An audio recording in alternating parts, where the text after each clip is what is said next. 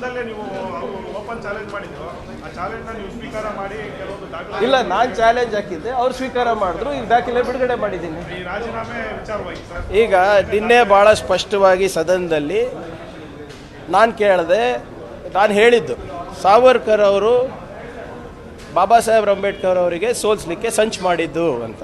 ಅವರು ದಾಖಲೆಗಳು ಕೊಟ್ಟರೆ ನಾವು ರಾಜೀನಾಮೆ ಕೊಡ್ತೀವಿ ಅಂತ ಅವ್ರು ಹೇಳಿದರು. ಹೌದಾ ಇಲ್ಲ? ಈಗ ದಾಖಲೆಗಳು ಬಿಡುಗಡೆ ಮಾಡಿದ್ದೇವೆ.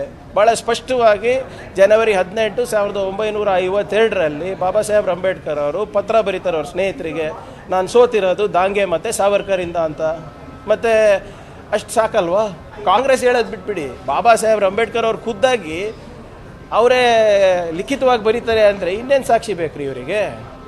ಸೊ ಅದರಿಂದ ಅವ್ರೇನು ಮಾತಲ್ಲಿ ಕೊಟ್ಟಿದ್ದಾರೆ ಅದು ಉಳಿಸ್ಕೊಳ್ಳಿ ಅಷ್ಟೇ, ನನಗೇನು ಸಂಬಂಧ ಅದಕ್ಕೆ. ಸರ್, ಆಮೇಲೆ ಕುಮಾರಸ್ವಾಮಿ ಅವರು ಉಸ್ತುವಾರಿ ಮಾಡಿರ್ತಕ್ಕಂಥ 4 ಎಕರೆ ಎಲ್ಲ ಇಲಾಖೆಯಿಂದ ಮತ್ತು ಸರ್ವೆ ಇಲಾಖೆ ಅದೇನಿದ್ರು ನೋಡಿ, ಮಿಕ್ಕಿದಕ್ಕೆಲ್ಲ ದಾಖಲೆ ಇರ್ತದೆ ಇವ್ರ ಹತ್ರ, ಇದಕ್ಕೆ ಯಾಕಿಲ್ಲ? ಹೌದಾ ಇಲ್ಲ?